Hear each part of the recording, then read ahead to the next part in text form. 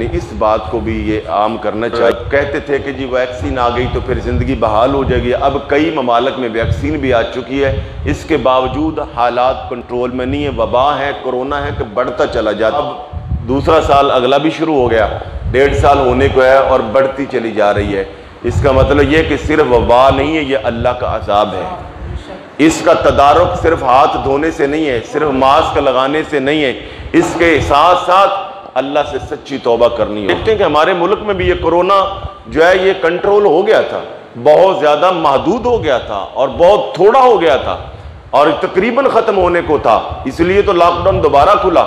हमारे इस दारुल हुकूमत के अंदर वही लिबरल तबके ने, वो मादर पिदर आज़ाद तबके ने ताकत और कुदरत को चैलेंज करके ये गंदा नारा लगाया, मेरा जिस्म मेरी मर्जी। उसके बाद ये फिर बिफर गया।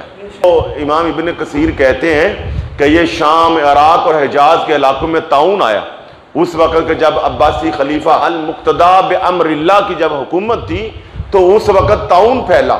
न सिर्फ ताउन फैला बल्कि कहा कि तेज गर्म हवाओं के तूफान चले कि जिससे कई दरख्त गिर गए और जो खड़े थे वो सूख गए और जानवरों के लिए खिलाने के लिए कुछ चीज़ बाकी न रही। दूध खत्म हो गया, पानी खत्म हो गया, अजीबो गरीब मौत के साए थे हर तरफ और लोग ये कहने लगे थे कि शायद क़यामत शुरू हो गई, क़यामत आ गई है।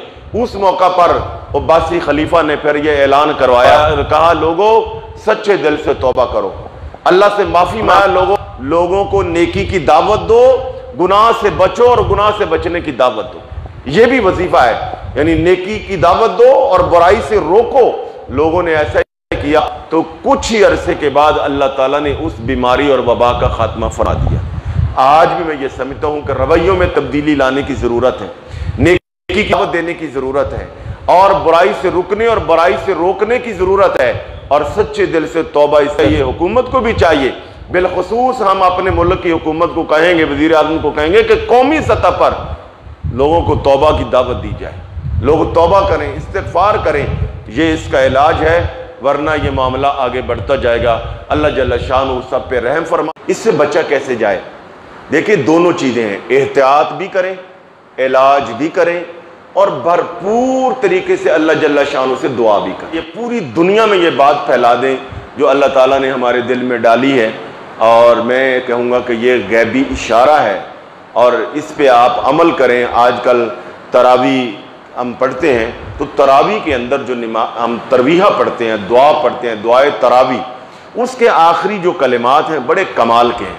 अल्लाहुम्मा अजिरना मिनन नार, ऐ अल्लाह हमें आग से बचा ले। वो आग कौन सी है? जहन्नुम की आग है। और इस वक्त दुनिया में कोरोना की आग लगी हुई है, कहीं भांबड़ मचे हुए हैं और कहीं दहक रही है, कहीं दरमियानी है। तो अगर ये नियत कर ली जाए कि अल्लाहुम्मा अजिरना मिनन नार, ऐ अल्लाह इस कोरोना की, इस वबा की आग से भी बचा ले, उस आखिरत की आग से भी बचा ले, तो हमारा रब दोनों का अपना अमर जारी कर सकता है। तो हम जब तरावी पढ़ें, कुरान चूंकि पढ़ा जा रहा होता है, मस्जिद है, रमजान मुबारक का माहौल है, तो ये नियत करें जब ये पढ़े तो तसल्ली के साथ, यकीन के साथ कि हम ये कोरोना के खिलाफ दुआ पढ़ रहे हैं कि कोरोना को अल्लाह जल्ल शानु ख़त्म कर दे। तो बार बार जब आप पढ़ेंगे अल्लाहुम्मा अजिरना मिनन नार, या मुजीरो या